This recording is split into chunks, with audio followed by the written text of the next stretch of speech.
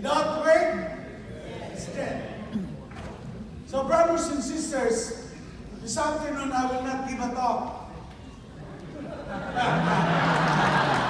I started already. I am one of the sharers. I am the number 4 sharers. I only facilitate sharers. So they have done Live Christ, Share Christ. And I noticed in many parishes, LCSC become a template for our evangelization. So I may call now our first sharer. He is our pastor in Texas. He prays Live Christ, Share Christ. Every wall, every messages in the journal, in the parish, I can always see LCSC there. We work together. Please welcome our pastor from St. Jude, Simon Jude. Please welcome almost sent now, Father Pat Garrett. Thank you. Just as I was sitting over there, I was thinking, I think this weekend is a 10th anniversary for me. I told you what that 10th anniversary is. But it's the 10th anniversary of my first encounter with Couples for Christ. See, I've been ordained for 10 years. I celebrated my 10th anniversary of my ordination back at the end of May. And I started my first assignment July 1st. I replaced a priest from the Philippines, Father Arnell, there. And the pastor at my first parish was a Marine, trusty old Marine, but with a heart of gold. But it took me a while to recognize that heart of gold. And I've been there a couple of weeks, and he comes in one Sunday afternoon, and he starts hollering for me to come down from my room. And I get down there, and he says, okay, since you replaced Father Arnell, you have to go out and reach out to the Filipino community. And they got a bunch of kids playing in my driveway. Tell them to get them out of there. Well, it was a Couples for Christ event, and that driveway was our parking lot at the church. It wasn't actually a driveway. But I went down there, and by the time I got down there, the Couples for Christ had gone into praise and worship. I was just blown away. There were people there from 1 year old to almost 100 years old, all participating in praise and worship. It was amazing. I don't know what amazed me more or what turned me on more, the praise and worship or the buffet that followed. You can tell I enjoyed that. And still continue to do these last few days. Thank you. But man, I got to know Couples for Christ. But I also realized that the Couples for Christ movement included mostly people from the Philippines. And so it was always a question of, this is too good. We've got to bring this out. We've got to bring it out into our Anglo communities, into our Hispanic communities, into our parishes. I was very excited a few years later when Pat and Pepito Santos came up to me and said, hey, we've got this new retreat, this new movement that we're starting, this Live Christ, Share Christ. Can we bring it into the parish here at St. Simon and Jude?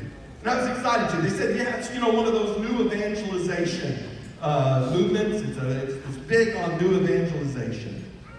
Well, there's two problems that we have in our church with all these new evangelization movements.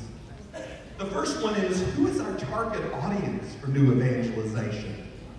And the second issue is, there's all these different new evangelization movements that don't work together, that kind of compete with each other, that go in different directions. We have to go back to the bishop's document about new evangelization.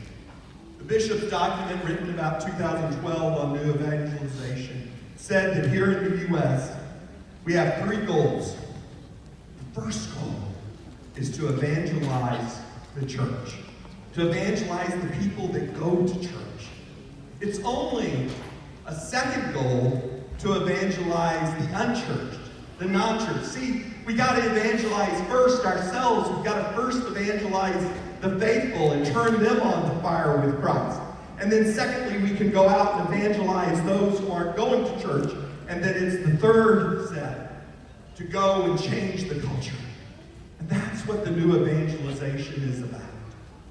But then we also have the problem with all of these different competing programs. Everybody's got some great ideas about new evangelization. When Pat Pepito came to me and first suggested this, we were heavy in getting ready to start an Acts retreat. Some of you may have heard of that. It's one of those Curcio-based retreats. You may have heard of Chirp or Watch, or in colleges, I think it's called Awakening. Prisons, it's called Colby Ministry. There's lots of retreats like that out there that are all about this new evangelization. The question is, how do all these different retreats fit together, work together, whatever? And so this is where I talked with Pat and Pepito and said, we've got to sit down and figure this out. What is this new evangelization like? I loved the Live Christ, Share Christ retreat because it was so on point to what we saw as being that going out and turning people into apostles, turning people into disciples, turning people into evangelizers. That whole idea that first you have to meet Christ, you first have to experience Christ, and you have to meet Christ in the body of Christ. You have to form community, as we've been talking about here in these days. But then as you meet Christ, you've got to live Christ. You've got to go around and live Christ and be formed in Christ. And then finally, you can go forth and you can share Christ. You can go into mission. And so we wanted to bring that into the parish. And we ran first the whole 9-talk retreat and had a number of people involved with it. In fact, a number of people from our Acts team, our Acts community. And then we went and we ran then the 5-person retreat. And we the 5-talk retreat and had success with it. Again, continuing to go out and to bring in people from these various other movements, the Knights of Columbus, through the Acts retreat, our men's group, our women's group, trying to bring them all into this retreat. See, because it's important we work together. I as a pastor, really cannot make a retreat successful. I could do a lot to cause a retreat to not be successful. I could do a lot to block a movement in my parish, but I can't do much to make it successful. See, what a successful movement needs is you. What a successful movement needs in our parish is people like Pat and Pepito that go out there and make those personal relationships, that reach out to others, that reach out to the people in the Acts community, that reach out to the people in our Knights of Columbus, that reach out to our people in our men's groups and our women's groups and our other small groups, and personally invites them in to this one, and works with them to figure out where they are, and works with them to figure out how they can bring them in to this movement, and how they can bring them in to our community. See, that's what's so beautiful about the Catholic Church, is that we are Catholic. We are universal. Yes, you form a great community here, but your community is not here. Your community is universal. And your mission is to reach out to others, is to reach out to other communities, to reach out beyond your community, to reach out and bring others in a different culture, of different lifestyles, of different ways into your community. And that is what we've been able to do at St. Simon and Jude. We have formed from our LCS, from our Live Christ, Share Christ seminars, we have formed a community. We have formed a household that involves people that aren't Filipino, that are Anglo and Hispanic, and etc. And that have started now moving into the movement, and started growing in that movement, learning. You have such a bunch of rich resources here with the Couples for Christ movement. And it's great to share those resources. As Cardinal Tobin said, the Filipino community is missionaries here in the United States. And you need to reach out to those communities as happened in our parish. We thank you for all of the work. The first retreat was just blew me away, the number of people that came in to help support that retreat, the number of people that were involved in Couples for Christ, that came in from the music and the food and everything, and have continued to support our efforts. But our efforts have been successful because we've reached out to other communities and brought them in and have worked with them to see how we can fit together. I see I have a few minutes left. So I'm going to show you teach you what I call the 5-finger prayer.